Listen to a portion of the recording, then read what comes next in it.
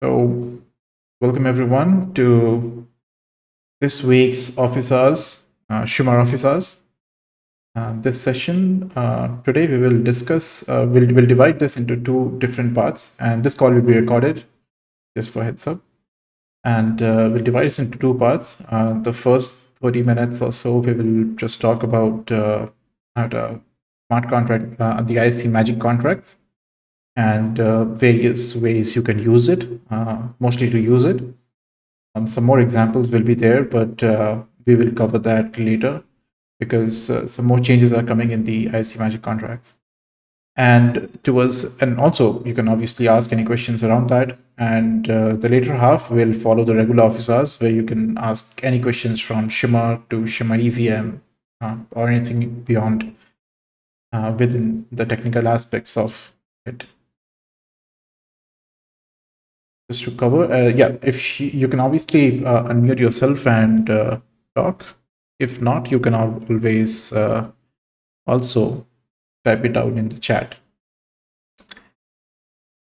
Is there a compile size difference? Not really, because both of them. So actually, I have not really, checked with very big contracts, but don't think so because both of them compile to WASM files itself, which then you sort of deploy. So I have not seen any difference as such.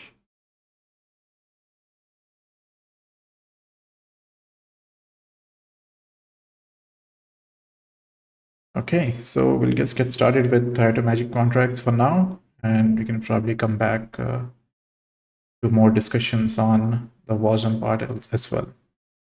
So if you are not aware of what IC Magic contracts are, they are inherently just normal smart contracts, but they are packages which we can use to sort of, I wouldn't say replace bridges, but they form sort of like similar functionalities, right? And they are not completely also solid, like they are completely, they will be like in the Genesis block itself, so we don't have to deploy them separately. But in our code, when we are calling them, we will have to include that because only then we will be able to use the interfaces and the methods that comes with the various interfaces that is provided. On the popular interfaces are IC sandbox, IC accounts, IC utils, and so on. And we'll go through them in a minute. If you want to go through all the code bases, there's a link with IC library. You can just go into this particular directory inside WASP repo, packages, VM, core, EVM, IC magic. And inside this IC magic, you will find all the different Solidity contracts that you will need, right? And we need to import all of them into our own project. At a later point, we will also have this as an NPM package, so you don't need to import them manually one by one. But for now, you will need to import them. Okay, so this is the main contract is ic.sol, which we will have to import. And this sort of, as you can see, it imports all the different types of interfaces itself, right? So we just need to import this one and we should be good. Also, so we will go through some examples on this. But what exactly, like, what is the use of this, right? So as you know, the Shimmer EVM is on the layer 2, right? And there are some key definitions also that we should cover right now. When we talk about native contracts, it's actually the contracts of the WASM based contracts, which is also on L2. But when we talk about native tokens, then it will be like the tokens of L1 tokens, like just for differentiation in words. I think we'll come up with better words, but currently the documentation is based on these terminologies. So better to get us acquainted with so that it doesn't get very confusing. So ideally, you should be able to mint a L2 NFT or L2 token using ISC magic contracts from L1, right? So that's the most exciting part about it, right? And also vice versa. Like you can actually interact with an L1, uh, let's say call a function or something from L2 using ISC magic contracts. But right now, the functionalities are a bit limited, right? Um, but before that, we'll just go through a quick example so that we know what we are talking about. So this is a quick example of calling get entropy. Now, if you don't know what entropy is exactly, so when we have to define randomness or a random function, it depends on a set of parameters, right?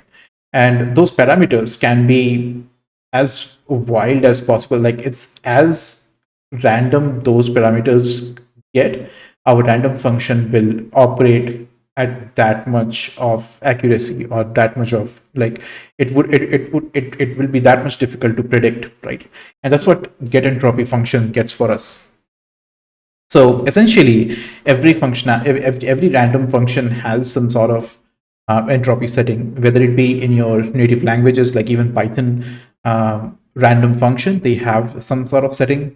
I even heard like some crazy random functions people created where they were calculating entropy from the number of molecules of something that is in the air at the point of taking a picture or something like that. So it can be as wide as possible. Now, ideally, entropy, like random function, is something which is not present on a chain, but in this case, we can actually deduce, or we can generate the entropy from the IC sandbox itself. It's very simple to actually use as well, right? So I've just copied the same contract over here, just made a small change of changing the Solidity version. You can also like upgrade your Solidity version to, let's say, point 11, I think, point 11, I think is the latest one. But yeah, you can also upgrade to whatever you want. And we have defined an event over here which will fire. There's no way to actually capture the event on Remix, at least I'm not aware of. So we will not be able to do that, but we should be able to see that, okay, this function actually generated something and then it sent off to um, the base layer, right? And we'll be able to see that in the transaction hash. So first of all, we'll need to obviously deploy this. And as soon as we deploy this, we'll be able to use it. Now, here I have imported it like dot this because it's in the same directory as compared to here, where it is in the package format. Once we have the npm package ready, this will be available. But for now, we should be able to do that. I've sort of imported all the necessary contracts that we need over here already, so that we can use it. The similar structure you can also follow if you're using hard So it should be it shouldn't look very vivid, right? And here also you can obviously change it to the relative path of where your other contracts are located, right? Similarly, right? So yeah, this is more or less about how you can structure it. You can simply deploy this, and currently connected to the Shimmer EVM. So this will deploy it on Shimmer EVM. Should be a quick deploy, but we should be able to now call this emit entropy function, and this will make a state change as well, right? And let's see, look at the transaction for it as well. So, right, this is deployed. We should be able to look at the transaction either from here. We can copy the transaction hash, or we can just go and click on this. Much easier to go through. And it says that, okay, 23 seconds ago, and there was some input data over here and so on. Now, this is a simple interaction that we saw. Obviously, you can use this value, which it emits in the bytes 32 format, and then use it into your own function to, further, if you need randomness in your function in some way, then you can use that. Okay, so this one example of just using one of the sandbox functions. But what exactly it is doing is that it is calling inside sandbox. So it is IC sandbox interface that it actually calls. Inside that, there is the get entropy. So if you want to learn more about the sandbox interface, this is sort of like an overview of it. And this sandbox interface will have all the different VMs and all the processes will actually which actually happens here. Not all of them are implemented right now, which is why currently it's limited to that we can't mint an L2 NFT directly using the IC Magic contracts, but later on it should be available in the sandbox. Currently it is only there in the test mode. So if you're running with Solo or something in your local, you can just do that. But yeah, on the sandbox, it's not there. So this is the sandbox. If you want to look into more in detail, you can do so. There's a very nice architecture and event dispatch unit that has been given. Okay, now moving on with this. Okay, now another thing is that now when we say native contract over here, it's more in terms of the WASM based contracts which you deploy via WASP CLI.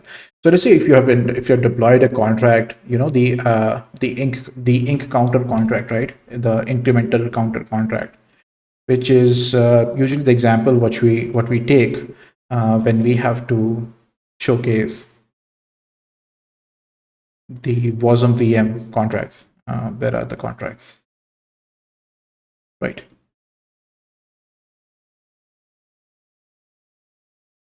Right. So ink counter contract, right? So if you have deployed this and you want to call, this from our EVM, then you will be able to do so as well by just using .call. Now .call is for the view functions. If you want to do a straight transition, you have to do .send instead, right?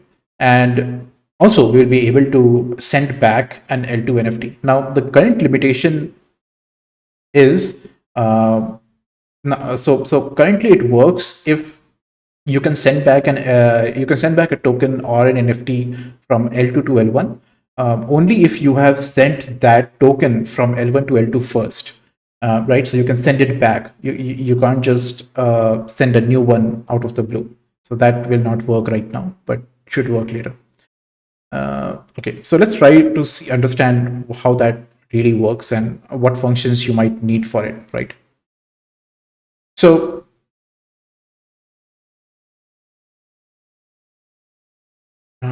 is the screen visible? Okay, cool. All right, cool. Thank you. Okay, so let's try to understand basically how that the entire aspect works. So when we have to send it back, let's say we have to just write a function to sort of send base tokens itself. Now the base tokens are the SMR itself, right? The Shimmer tokens. Obviously, and a much easier way will be to just use your Firefly wallet, right?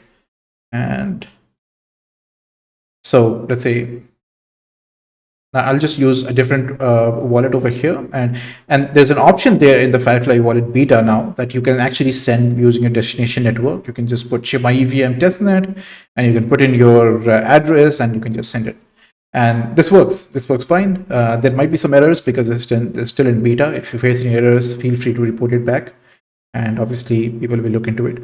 Now this is obviously an easy way. So if you're not a developer and you want to just send it and get it done with, this is probably the best way to do so. But let's say now you really want to get into it and you want to include that in your code base, right? So we'll try to actually write a small function which will try to send the base tokens to L1, right? So similarly, like we do with Solidity, let's try to write a small contract for that. And we'd like to make it public because you want to call it from outside. Okay, now the first thing that we need to send is an L1 address, right? So we'll need an L1 address for it. We'll write it as memory, and let's call it receiver, whoever is trying to receive that. Now, if we want to send anything which is supposed to persist in there, we need to also send a storage deposit, right? And this is also defined very well in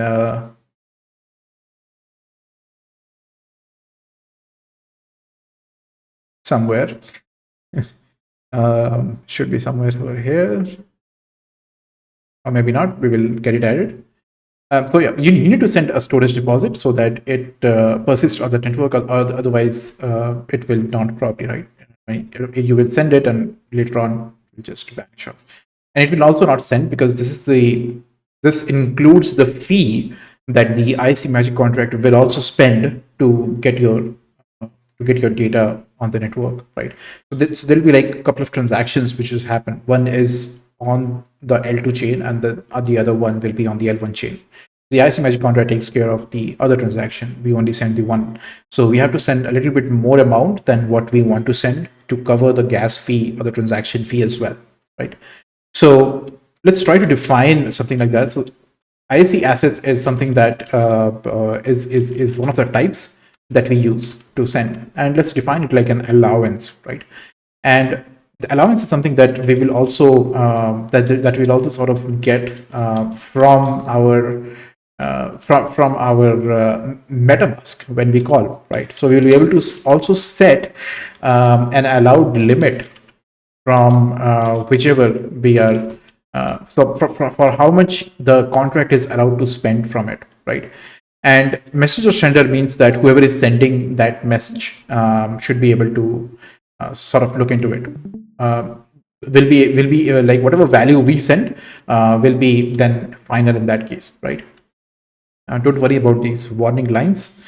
They are because we have not used these variables that we have defined, but we'll do that in a minute. Now, we will also need to define the allowed limit, which our MetaMask or wallet will actually check upon, right? So let's say the message.sender and allowance. So basically, it needs to check upon how much allowance it is supposed to be taking. Now, this is for the allowance part. Now, we have to also define the asset that we are going to send. So we are defining these in two different ways, because one, you can also define another fee which you can charge, like a platform fee kind of thing, right? So first, let's define like another assets, which we'll just define it like assets. And now these assets will ideally, have a base token, a base token parameter, which should be equal to the allowance base tokens. So whichever base tokens you're sending from, which is essentially the Shimmer right now, it should be equal to that. Now, here it gets very interesting, because you can actually charge a platform fee of your own, right? So let's say you define a platform fee which is in, let's say, UNT 64, and you define let's say platform fee, right? Now this platform fee, you can define it whatever you want. Let's say you want to charge 1,000 tokens per transaction basis every time somebody wants to send tokens to L1 because it's getting out of your network or something. You can charge some fee, high amount of fee, or a low amount of fee, or no fee. That is up to you. And you can deduct that amount from here, right? So this will probably just go to you, and you can define a send to just your address from there. But if you don't want to define it, that's also fine. You can just get rid of it. So this was an option that I wanted to show. Of course, if you also want to define it like a global variable, you can also do that. Say you will have to then make it public, and you will need to make it, because this is not going to change, you can make it constant, or if you want to change it later, you can just do that also. But yeah, this is an option I wanted to show. This is not absolutely required. And yeah, let's move on. So now, other things that you will need is, one is metadata that you can define, right?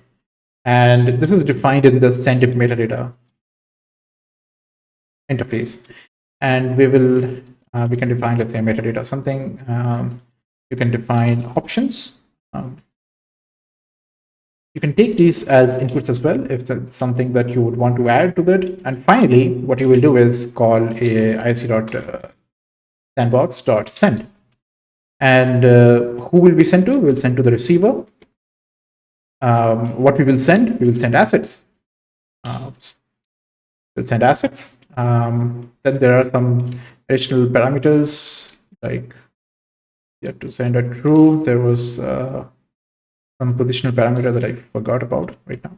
Anyways, you can send metadata, and then finally options. And this is it. This is all that you need to send your tokens. Now, if you have a custom token that you want to send, not the SMR, then you can also do that. Let's take another input over here, and we can call it, say, UL64 and base tokens, right? So we'll define how much of that token that we would want to send. So in this case, it's a little different because the token that we want to send will be in a custom value that you will send, right? Let's say we defined our own random token, right? ABC token, and we want to send 100 ABC tokens, but the gas fee that you will want to send will be in obviously the SMR itself. In our previous example, it was the same, so it didn't really matter, but in this case, it does. So here, ideally, by default, the base tokens will be taken as 0. So we can just say, if let's say base tokens equals to 0, and we can define this part like this. Else, we'll have to define the allowance dot base tokens as something that is coming as base tokens. Whatever the amount is, we'll get it from there.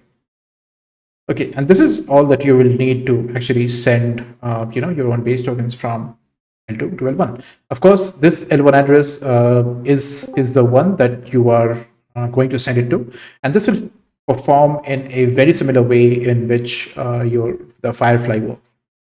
If there's any issues, feel free to get back. Now, let's say we want to also send, because we are nearing our 30 minutes. We also want to send, let's say, NFTs, right? We'll just try to quickly cover that. Now, with NFTs, it's a little complicated because we'll have to also wrap it into an NFT ID, right? So if you look into this, IC.NFTs, it will be available at. And if you look into this function, the NFT ID is actually defined. Hang on, it was somewhere.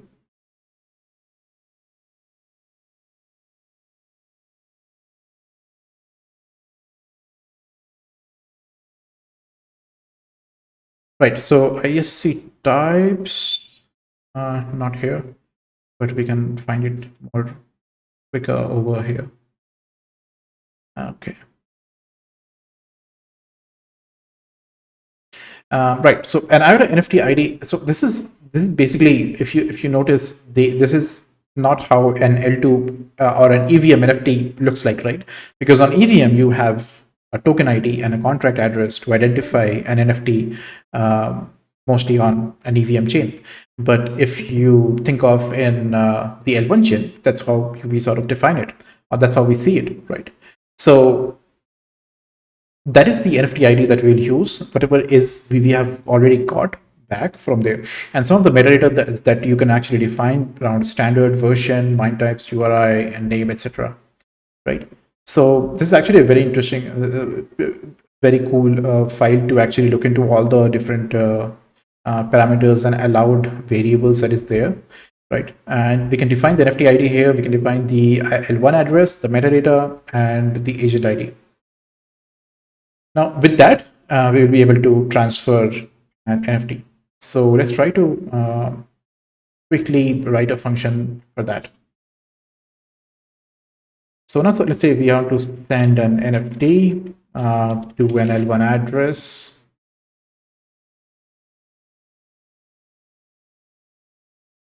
And we'll also call it receiver again.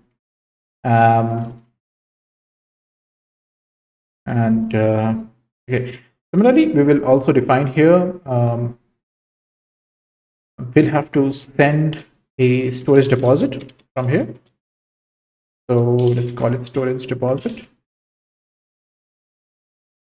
And whatever is the storage deposit, that will be sort of like the allowance itself in this case. So allowance, let's say the base tokens is storage deposit, because we're not exactly sending base tokens now, we are only sending the NFT, but to persist that, we need to also send the base tokens in the form of storage units, storage deposits, right? And here we can define the NFTs like we have here. as is mentioned here, IOTA.nfts. So we can mention the NFTs. Now these NFTs we can define with the types over here. So we have the NFT ID, right? And this NFT ID is in bytes format, so we'll need to define it in that. Let's add another function, another input over here, and let's call it NFT ID in terms of ID, right? And this NFT ID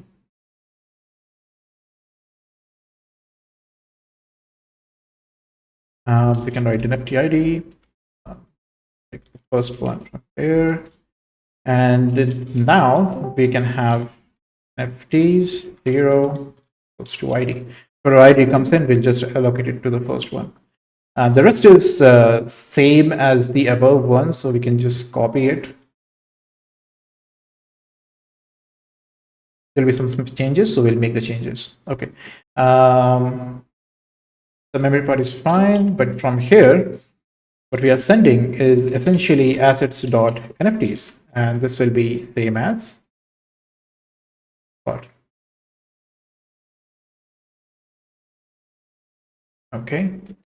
And here, so again, the same thing, mirrored options and assets, and this should be easy. So yeah, that's about it. If we want to send an NFT to and from the L1, L2 to L1, right? We'll dive into more details. I actually tried to run this example before, but there were some complications and I couldn't test it, but this function should ideally work. We will publish this also with give an example as well later, but yeah. Yeah, like I said, again, you can also charge another platform fee on top, right? Which you can deduct it from the base fund. And you can just add, let's say, if there was, you can just add something like, let's say, your own address, or if there is an owner defined, you can just do an owner dot transfer and some amount. So if there was a platform fee, so you can actually do that.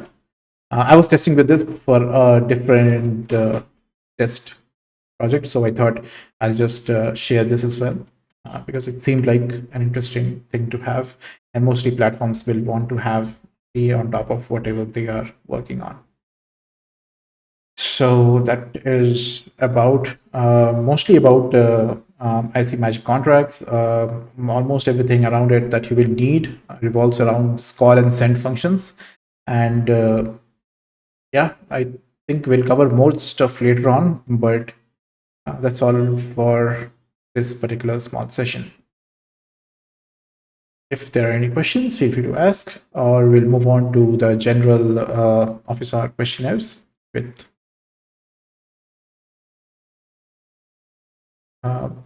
from Shimmer L1 or other L2 stuff as well.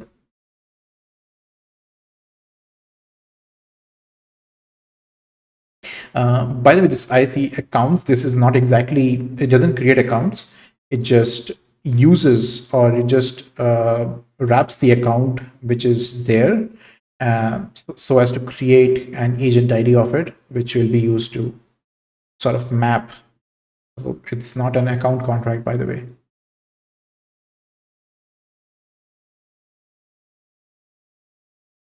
Okay. Any questions that you would want to dive into? No, I didn't see the chat, sorry. With this, we can do a bridge between, yes, we can actually. But essentially, from the terminologies that we are using right now, we don't exactly call it a bridge. So it's essentially bridgeless. But again, that is also debatable. We had a very long debate around it on Discord one time. So let's not go into that. But yeah, essentially, we can bridge.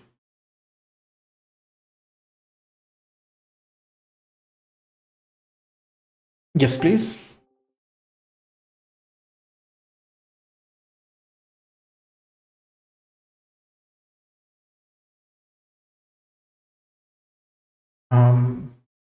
Sorry, I didn't catch that.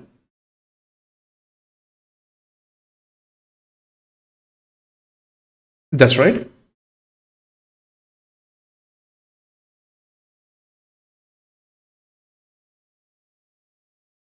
They have to pay the gas price. So, okay.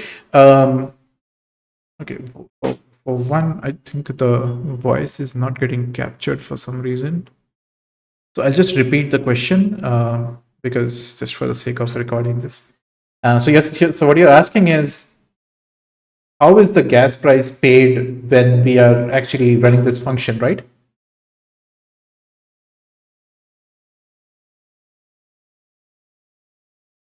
So okay, no, this is on the Shimmer EVM. So we can actually try to run this and see if it works. So how exactly it works will be whatever balance that we send, like in the value, um, that is supposed to be deducted from that. So that is what we are deducting here from the allowance and all. We can define that, and we have to send a big enough amount to cover for the gas price from there. So for example,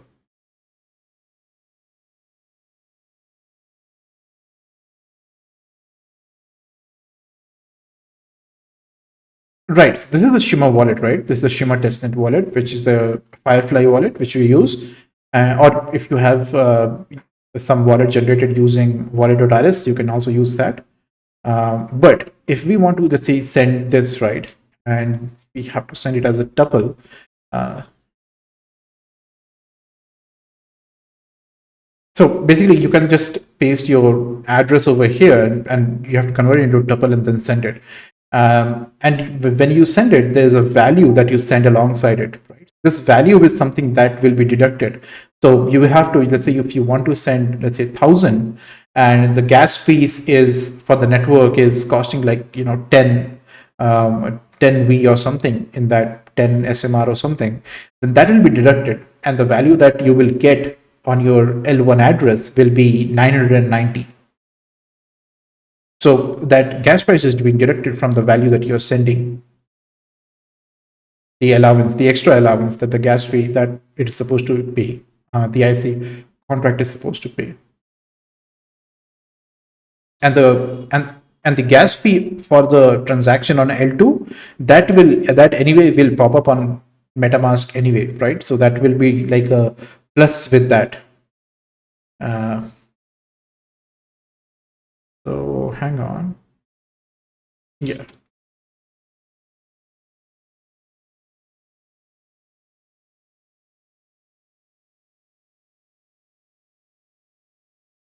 Uh, we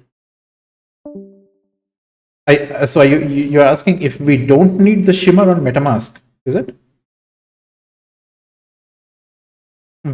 So this is Shimmer EVM. So there are two layers of it, right? If you look at the sort of like a quick architecture. So the L1 ledger, which is the Shimmer network, and this is where we are. The L2, which is the Shimmer EVM and the Wasm chain and all that. So all that lies on the L2, the layer two, and layer one is Shimmer network. So what we are right now running is on L2, and we are trying to send that funds to L1.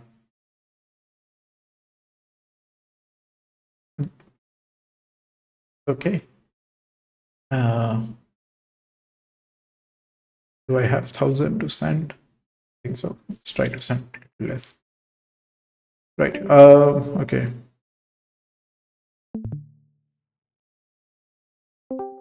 Yeah, I'm trying to figure this out. Invalid array 5 value, tuple.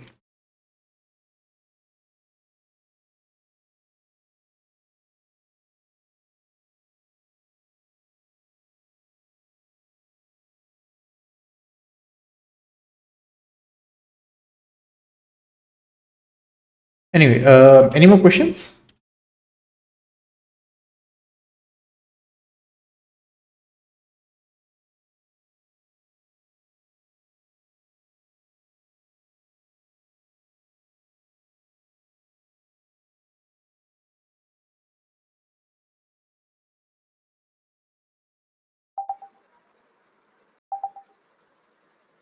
I think, yes, Suyash, do you want to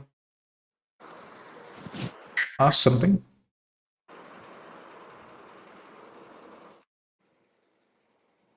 Hello. Hey, Suyash,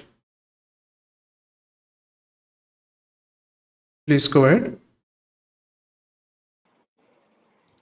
Is there any way I can fetch the server time with the smart contract? There is a way to get a timestamp which gives us the off time, but I was looking for something.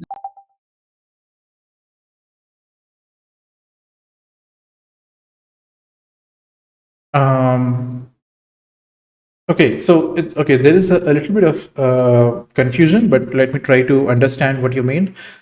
You need the server time of the L2 or the L1?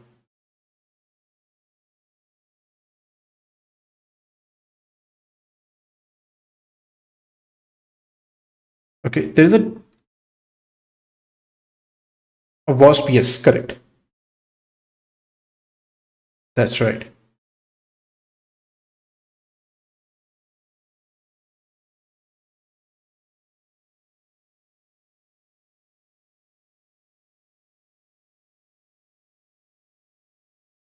You can just call timestamp on Solidity if you want.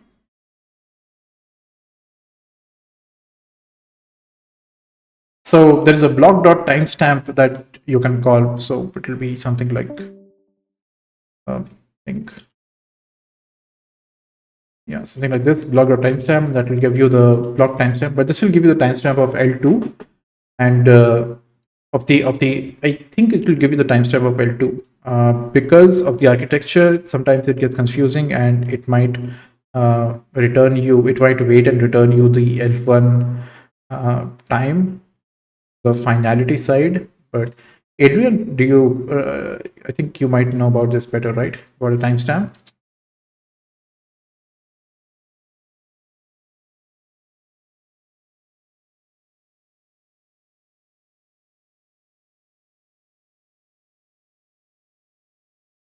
Yeah, on Rust also there is a block dot. There is an example of that. I think we covered it before. Uh,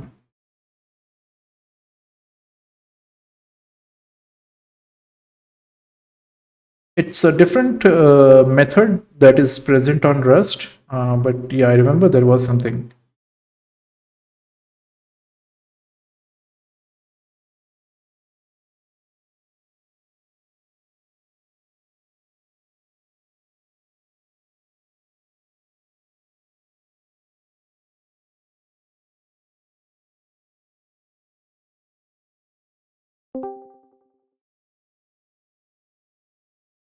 Uh, okay, this is using the timestamp. No, not this. CTX.timestamp. I think this one will only get you from the context timestamp itself. Just try this out, and I think it will work.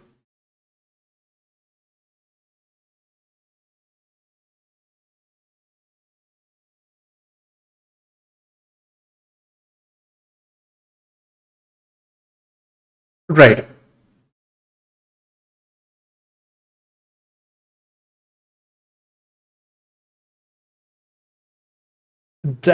It won't be right because ideally in a decentralized app, when you hit um, the node only, then you will be able to get back whatever is.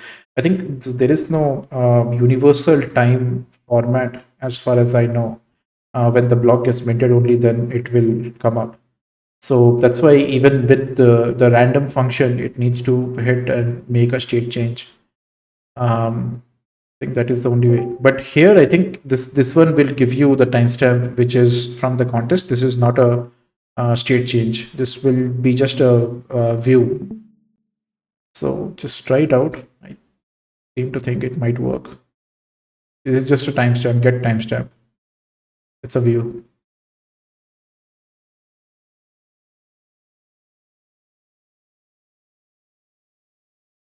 Yeah. So this one will work for you. Um, but the block timestamp will only get generated from the last block timestamp you can get, but the current block timestamp it will only get once the block is published. So even on if you look into here, I think you will have the timestamp, right?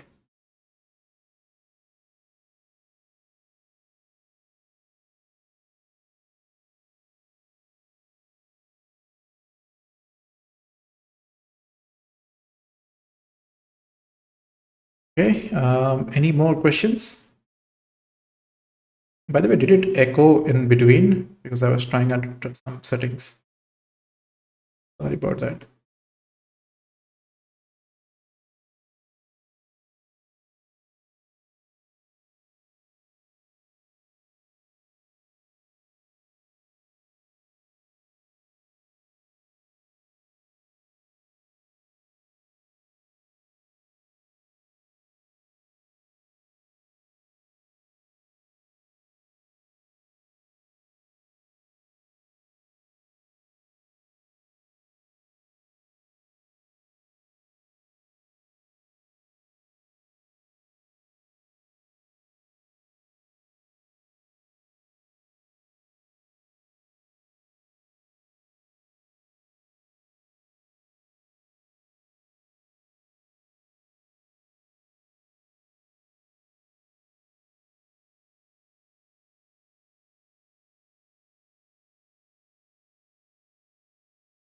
Calls. I think you have some issues with your WASP dashboard. Do you want to talk about it more? Exactly what errors are you facing?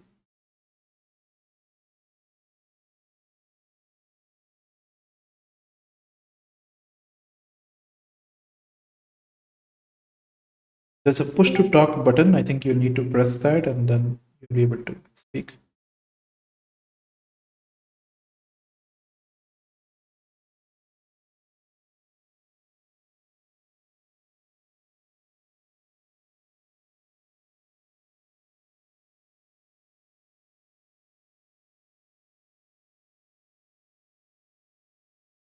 Not able to hear you yet.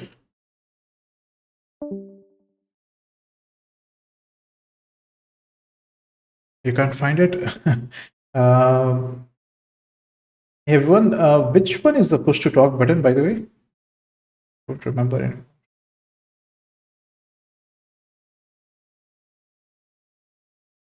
Uh-huh. Carl, so you'll probably have to go into your voice settings and can define it there.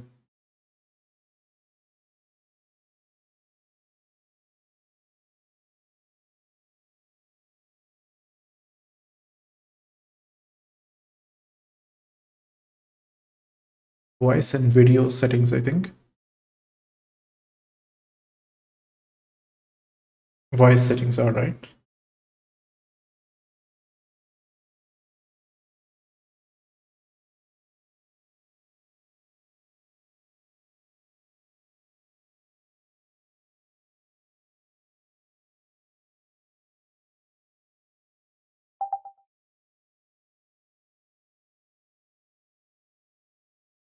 Okay, I think I figured it out.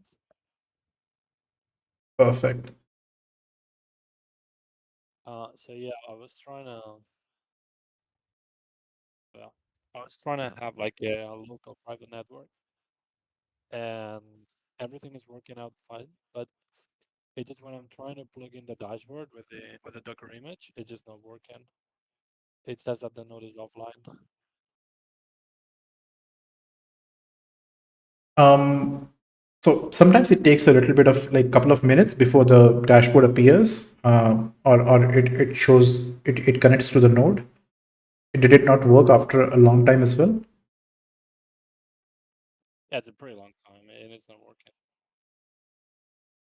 Okay. Do you see any errors? Uh, not really. I tried to check the logs from the container, but it's just not showing anything. All right. Adrian is asking which Docker Compose are you using? The WASP local setup? Uh, yeah, no, I'm like trying to do like a mix of the Shimmer network.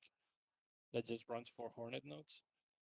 And then there's the other, the one you're talking about that I think uses a Hornet nest.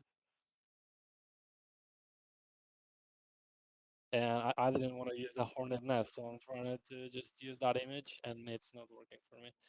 The Wasp itself, it is working. It's just the dashboard, I think, because with the Wasp client, I can set up a chain.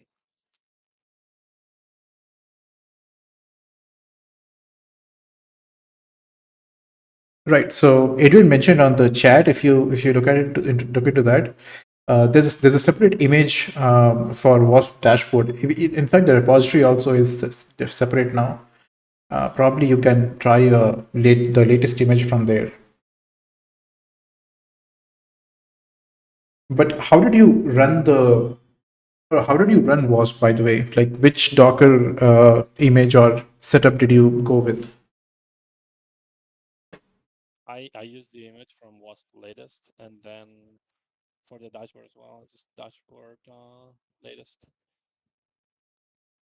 I see, I see. So I think with the latest version, there is some issue, what Adrian is mentioning. I have not seen that, but I think Adrian has faced that with the latest version. So you can probably try specifying the version with 0.1.7. I think that will work. Yeah, I'm gonna try that. Perfect.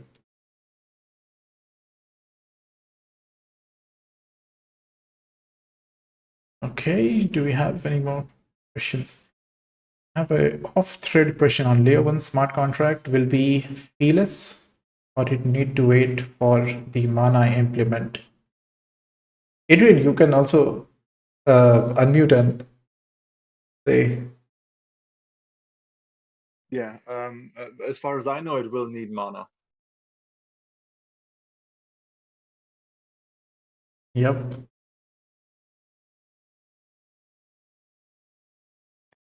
Okay, thank you. By the way, do all of us have an echo? Yeah, it's coming out of on your microphone. Ani, okay, then your mic.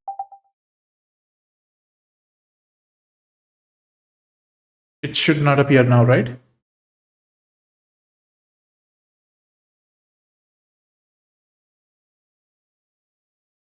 Yeah, so if I'm trying to capture the desktop sound, it's coming. I think still one issue left. Anyway. Okay, any more questions?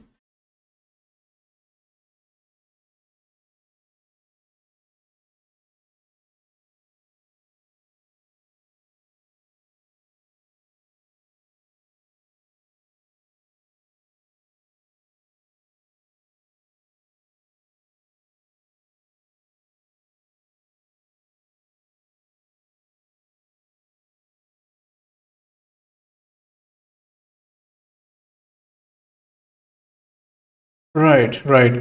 Yeah, so these four sessions back to back were supposed to be on Shimmer EVM, so we're doing that. Yeah, we could probably plan that. Something on Hornet. Not really explored that much, but yeah, we should be able to do that, or we'll at least record and do a tutorial on it. Is it like, are you facing some specific issue?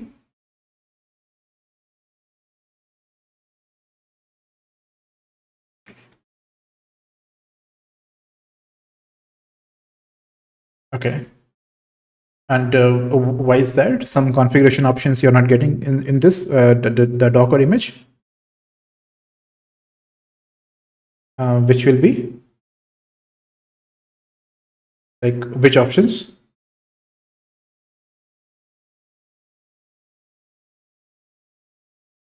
Okay, and so there is a private triangle. All right. So you mean like with multi-node tangle, right? The multi-node setup that you mentioned last time. Did you try the WASP cluster thing?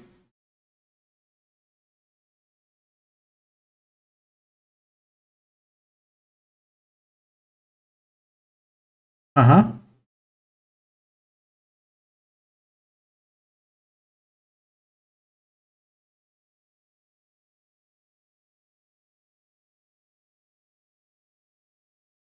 It shouldn't. I mean, it used to when the WASP also used to use Shimmer, but now it should use Hornet itself.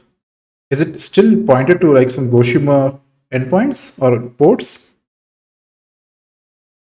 Okay. All right. All right. All right. Yeah. Then you can probably what you can do is you can just create an issue for that on the repository, and probably the team will look into it because I was not aware of this.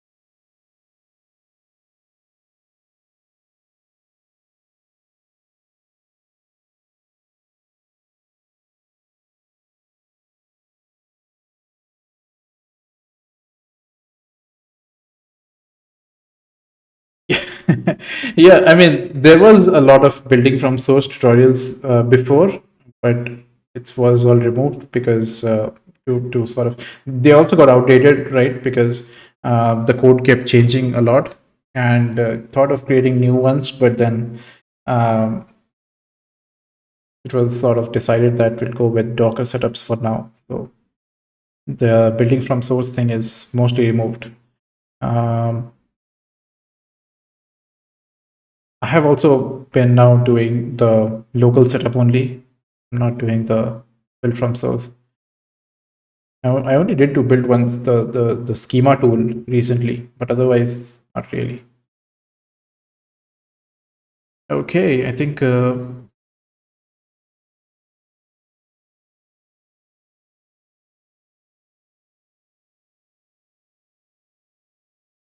right. Yeah, and like Adrian mentioned, yeah, the product is actually the public networks. For local dev networks, I thought it was supposed to be enough that the Docker image should have been enough to sort of test locally and then push it out.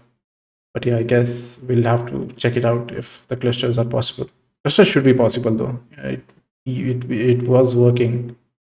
I think some of the teams are already using it. Right. Yeah. All right. So I'll just stop recording now, and if there's something else that you want to discuss, we can go ahead with that.